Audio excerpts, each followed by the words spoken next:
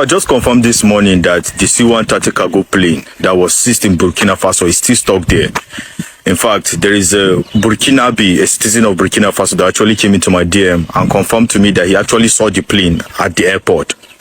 See, now that is why there is a lot of trust issues between the citizens and the government.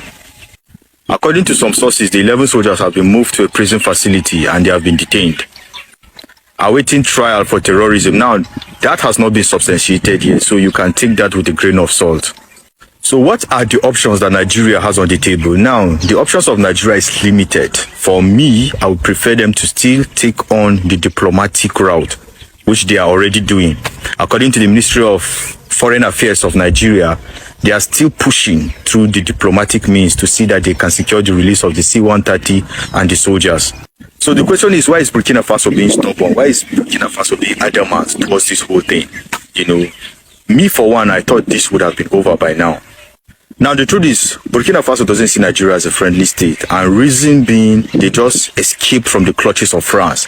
All of a sudden, Nigeria is embracing France. So you can term it as the friend of my enemy is also my enemy. And we all know that Burkina Faso has the backing of Russia. And Nigeria has the backing of France. And France and Russia are virtually enemies at this point.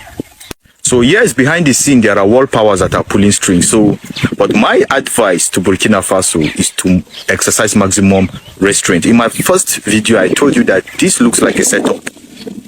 Now, some people are even saying that the soldiers will be executed. Now, I highly doubt that it's virtually impossible, because when you execute those soldiers, it's an automatic declaration of war. I'm talking about all-out total war, and I'm not even be in support of that, because these soldiers are working based on orders. So, worst case scenario, they seize the plane, they release the soldiers. Best case scenario, they release the soldiers, they release the plane. But the truth is, you can't deny the fact that Burkina Faso doesn't respect Nigeria anymore. In fact, virtually you can go through my comments and you realize that Nigeria has lost the respect of virtually every African country. And you don't need to ask yourself why. You yourself, you know why. Just take a look at the internal problems that we have. Okay, virtually the politicians playing the life of their citizens. So what do you expect? Now, I pray that this whole incident will be an eye-opener to Nigeria, and it will be an eye-opener to Nigerians, that we need to awaken the spirit of patriotism. There is a lot that needs to be done. We need to rise up and take our spot as a nation that is respected in Africa. So let's see how the story unfolds. Stay safe out there and remain dangerous.